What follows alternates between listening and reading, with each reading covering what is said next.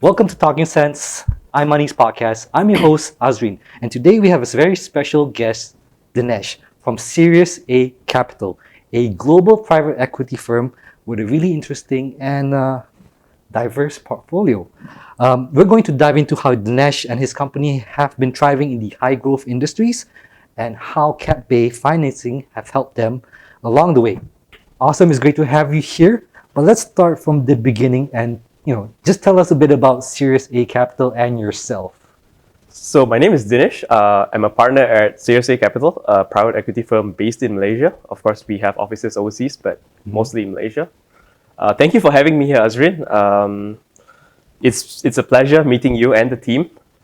Today, I suppose I'm going to be teaching all of you how to make millions. Really? Only works if you're a billionaire, though. Okay, so.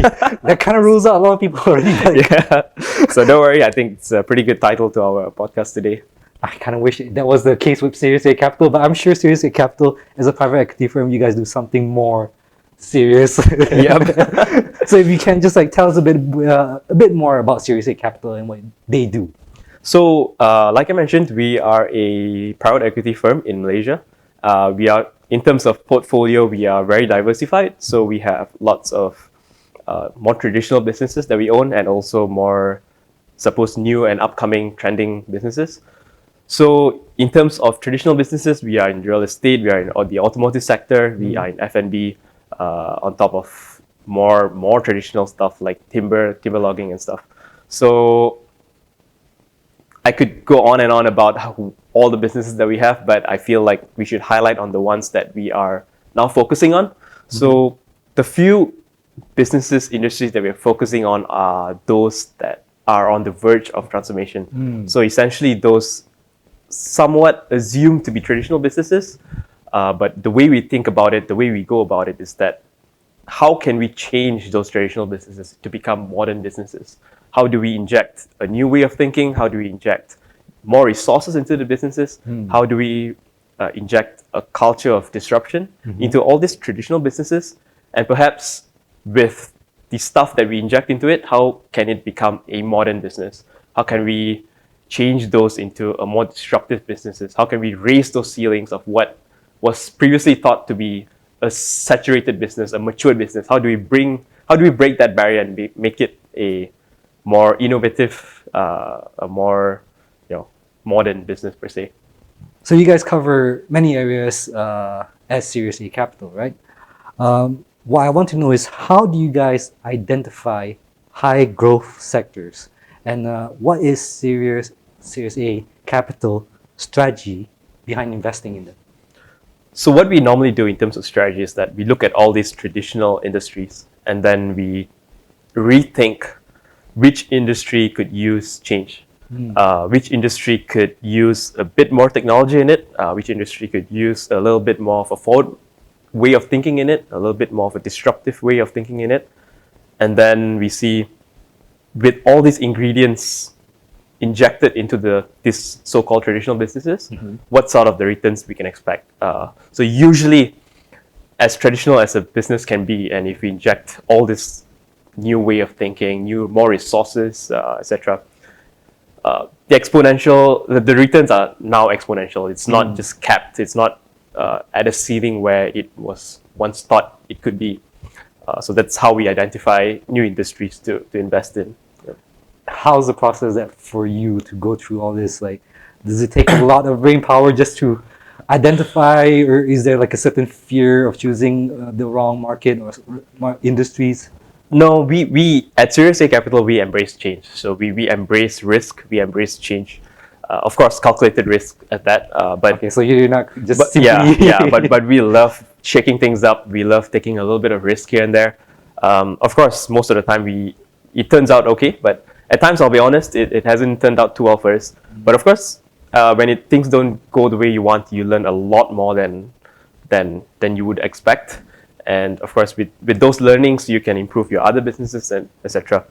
But like I said, we love change, and usually change equals more opportunity in our businesses. And that's how we think about things. You've invested in international racing, right? which is a unique sector. What drew you to that, actually? Yep. So part of the private equity, we recently just bought over an international race team, Honda Racing. Actually. Honda Racing, yeah. Yeah. I mean, we are not the official Honda Racing, but we race Hondas in Malaysia and also in Southeast Asia.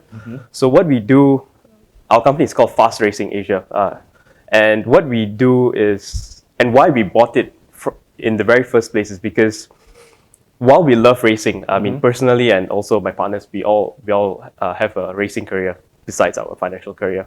But the reason why we have bought it is because it not only symbolizes our passion, but it also symbolizes the way we think about, not just in business, but also in racing. So for example, in racing, everything has to be quick, everything has to be precise, everything has to be on point all the time, because any small mistake, you're into the no wall. Room for error, right? Into the wall at 250 kilometers an hour. And it's the same in business. So we try to think the same way. So racing is like the real world. So everything, the smallest changes, like you have mentioned previously, like how do we adapt to changes? Yeah. So in racing, changes are like constant. Everything is changing all the time. So like before we go racing, you change a little bit of the setup of the car, and the results are astronomical. So this is how we think. We try to make quick changes, like in business, and we try to expect hopefully good results. But our philosophy, the way we think, is that everything has to happen quick, and how we respond to it also has to be quick. So we try to make the fastest possible changes, and hopefully it gives you good results. It will yield us good results. If it doesn't, it's fine. But at least we know that we are moving fast, and hopefully moving faster than our competition. And that is what always keeps us ahead of everyone else. It is actually the parallel between racing and running a business. There's kind of a similarity there, right? And I'm from your personal experience as a racer, as a race car driver, how do you translate a lot of that abilities into business? Like, do you really look into the details of every single thing of your business just to make sure there's no room for error? Do you go into like specifics? Like, because I think like the brain of a race car driver, it's different than most people, I would assume. Yeah. So how we usually look at it is obviously from an overall point of view, but at the end of the day, ultimately we all know that it is a team sport, like it is in business. It is teamwork that gets us to the finish line. So while I might not be, checking the tire pressures or individually myself, but I know that the team has done a great job. They're there to help you along the way. And in business, I know that my team is always there for me to pick up things that I may have left out, or my other teammates may have left out. So I think culturally, philosophically, I think racing is very, very similar to how we run our businesses. That's interesting, because I feel like having a good team is important to success. Similarly, having good partnership should yield huge potential, which is we're going to pivot a bit here to talk about emerging opportunities from your side. Like, what are some of the emerging opportunities you see right now? Emerging opportunities exist everywhere, actually. Like, it's not something that we chase after or look out for in specific. How we normally go about things, how we normally look at things, is that we try to look at of our existing businesses, of existing traditional businesses in Malaysia, and how we can, if we were in the driver's seat, how we would change it with the help of new technology, with the help of a new way of thinking, with the help of more resources. So many times as much as we are a modern company, as much as we are forward-thinking, etc., our businesses remain traditional. So we are still into, in the automotive sector, which is as traditional as it gets, into F&B, into timber. But it's how we take these businesses and we apply a new way of thinking. We apply new technology, and perhaps a more disruptive mindset is how we think about improving these traditional businesses. And when we inject all those different ingredients, like I mentioned, the businesses now is very different. It may still be an automotive business, but it's now... There's new technology. Yeah, there's new it's now a racing lifestyle, for example, Yes. right? So everyone wants to get into racing, because previously, racing used to be a very exclusive sport for example. Now it's something that we have bought over and we are now opening it to the public. So this is the disruptive mindset, as we call it. Like, we know it's not possible before, but how do we make it possible? It's usually the question that we ask ourselves. Just to pick your brain on this, how resistant to change are these traditional industries? Because I understand from you guys, change is good, but for Yep. some companies, change not so good because they're set in their ways. They have their own methods, especially in Malaysia, where it is very hard to convince businesses to adopt and to adapt. So, Yep. in your opinion, how resistant are businesses to change it when you guys come in and bring in your solution, your thinking? Yep.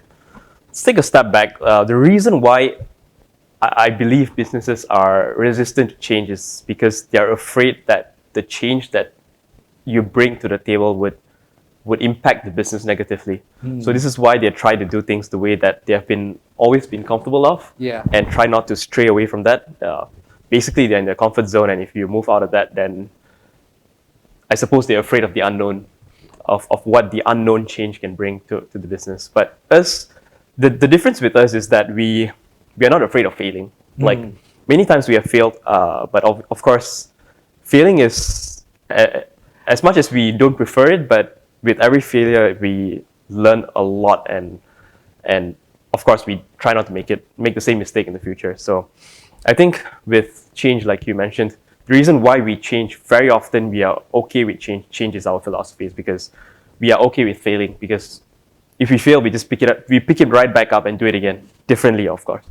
So change is part of necessity of a business, and also it leads to being innovative. It pushes you to be innovative. It pushes you to push yourself to do more and do better.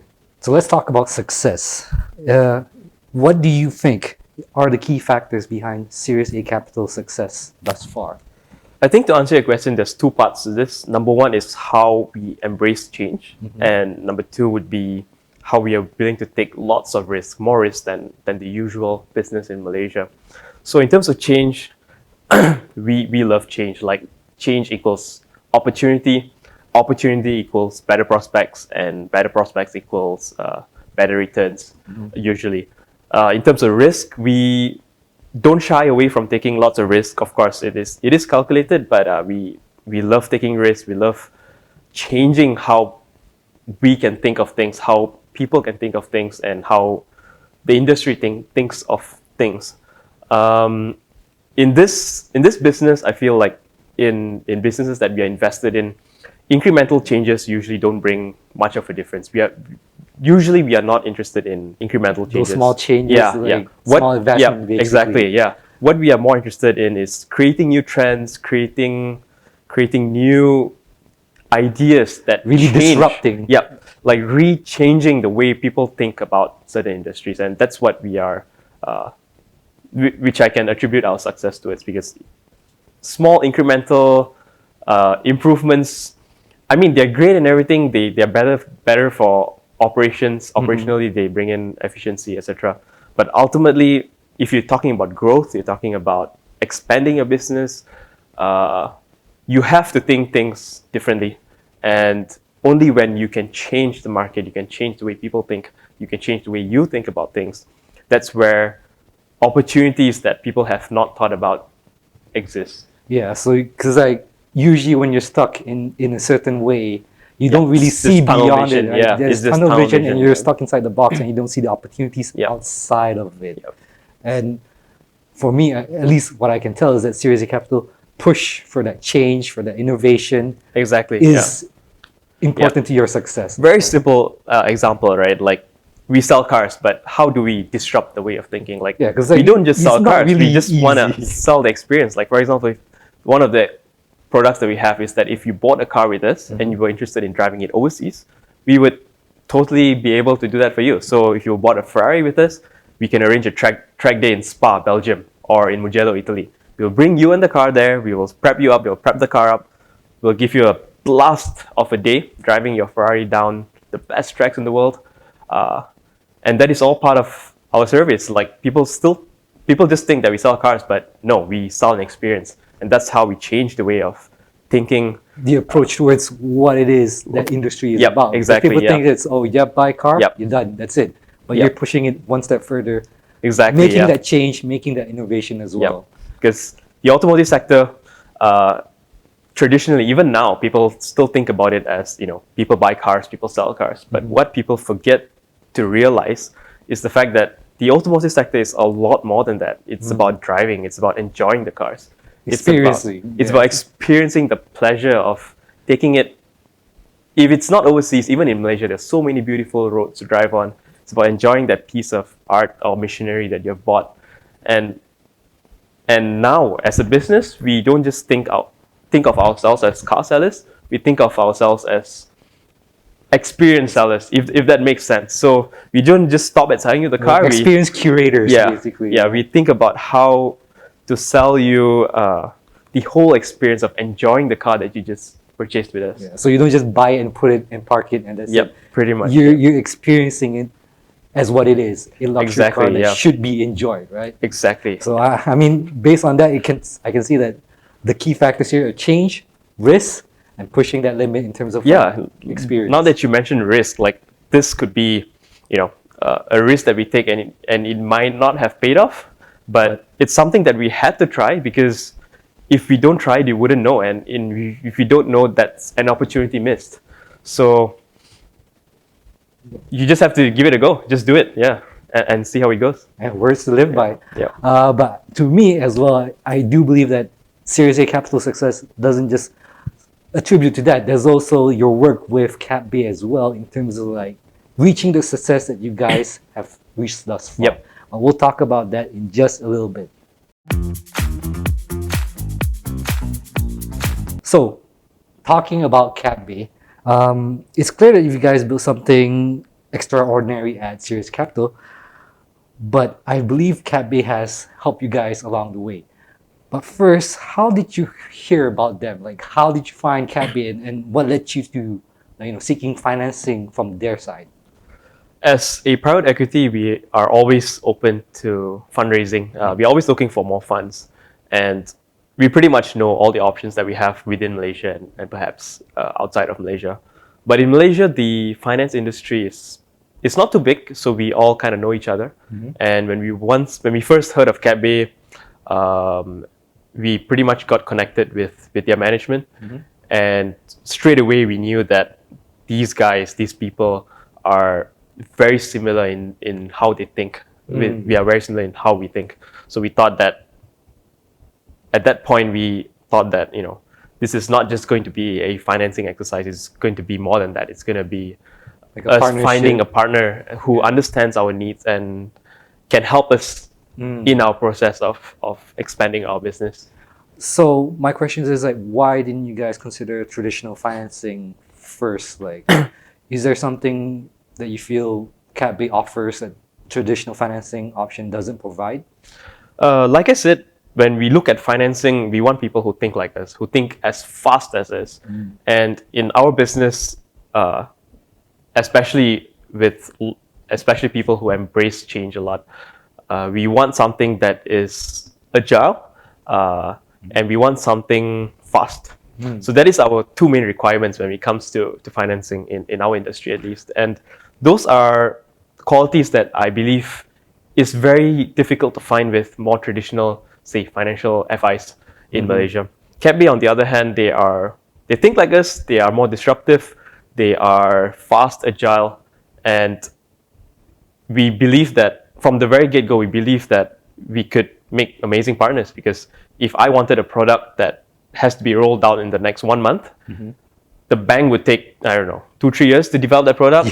CapBay could do it in 2-3 weeks for us. So That's huge that difference. is why we don't just look at CapBay as financiers, but we also look at them as business partners.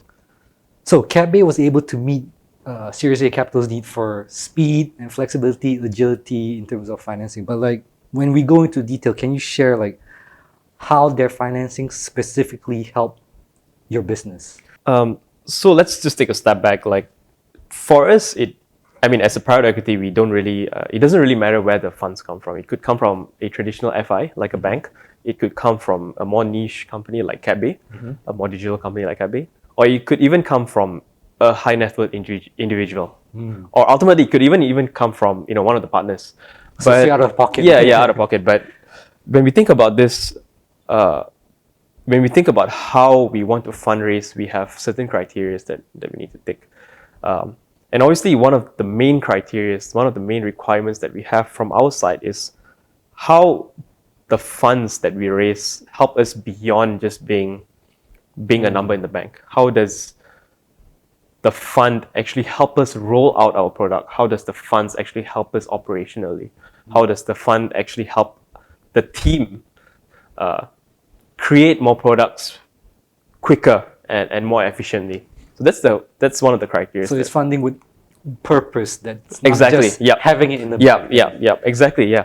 So with CapBay, it was how quickly they could come up with a product for us, and how they could understand our business and roll out the funds in different tranches, in different phases, that would benefit us in rolling out not just our products but our experiences faster and more efficiently. So to me, it sounds like timing is very important when it comes to like getting that funding, right? Yep. How did CapBay's financing compare to more traditional routes then? I mean, again, I come back to the fact that we embrace change, we love change, and we are extremely quick in everything that we do. Speed and agility is the utmost importance. And I believe CapBay shares all of those qualities with us, which is why we have always chosen them over more traditional banks, because I could go to them with a problem, like this is the product that I have, this is the problem, the challenge that I'm facing right now. How do we roll out this product that we have quickly into the market? And that would be the only objective. So we're not even talking about financing it when we go to CapBay. It's not about the money, it's about how we solve a problem together as partners. And until today, as much as we appreciate them for giving us the funding, more importantly, we appreciate them for solving problems with us together as a team and helping us roll out our products and our businesses into the market faster. I feel like it's a lot easier to work with CapBay compared to traditional institution, because to me, I feel like there's a lot of red tape, a lot of waiting when it comes to traditional financial institution. So working with CapBay kind of feels a bit more streamlined in that sense. Yep. So Dinesh, can you walk us through the process of getting funding from CapBay from start to finish? How's the process like there for you guys at Sirius A Capital? The process is normally a process of solving a challenge. So how we look at things when we need funds in a fundraising exercise is what exactly are we solving at heart? Because as a business, we could go to a bank, we could go to high net worth individuals, we could even fund it ourselves. But why CapBay? The reason is because they solved the problem with us. They embarked on a journey of rolling out whatever that we want to roll out from start to end. So what we normally do is that we are usually assigned a relationship manager, and together with that, a team. So what we normally do is we sit down with the team, we talk about what we want to achieve as Sirius A Capital as a product, and also what they can offer on top of the funds in order to solve the problems or the challenges that we have. So it's very involved for CapBay to be part of that solution there. Exactly. Because like I would assume if you go to traditional banking, it's just that you ask for the money, they'll see if they want to give you the money or not. Whereas with CapBay, there's more cooperation, I would say. And for you guys, is that something that you value a lot in CapBay as a company then? If I were to go to a bank, for example, and I wanted certain amount of funding, and if the product did not exist, then chances are zero. No matter how good my company's profile is, no matter how profitable the business is, no matter how amazing prospects look, I could never get funding because the product simply does not exist. And for us to work with a bank to create that particular product would probably take us years, if not months.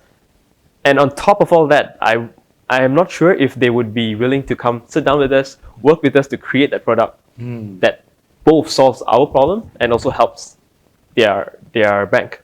So with CapBay, it's a bit different. What they do is they're not just financiers; they're business partners. As how I put it, they they sit down with us, they have a team with us, Really help you guys and push help us to the guys. next level. Yep. Similar to what Sirius A Capital does, is pushing that product to the next level, Yep. making that change as well. Exactly, yeah. Well, that's awesome to hear. But we're just gonna wrap up because I think we took you No your time worries. far No too problem. much. Yeah. But before we leave, I just want to ask, what would you say to other businesses who are considering financing solutions like CapBay? Like, what's your advice to other businesses right now? CapBay is definitely one of the best people to work with in Malaysia at the time being. So I would totally encourage all businesses to contact CapBay for whatever they need. But more importantly, view CapBay as a business partner, as a problem solver, more than just a financing platform, because that's what they are. So I'm assuming it's not going to be like making millions from. No, I could still teach you guys how to make millions. Well, that could be a different that. episode altogether. But Dinesh, seriously, thank you for sharing your experience and sharing with us about your company and maybe some stories about how to make millions in the day. Only works if you're a billionaire, though. Okay, So, that's the asterisk there. It's been great learning about from you about Sirius A Capital and how CapBay played a role in your success.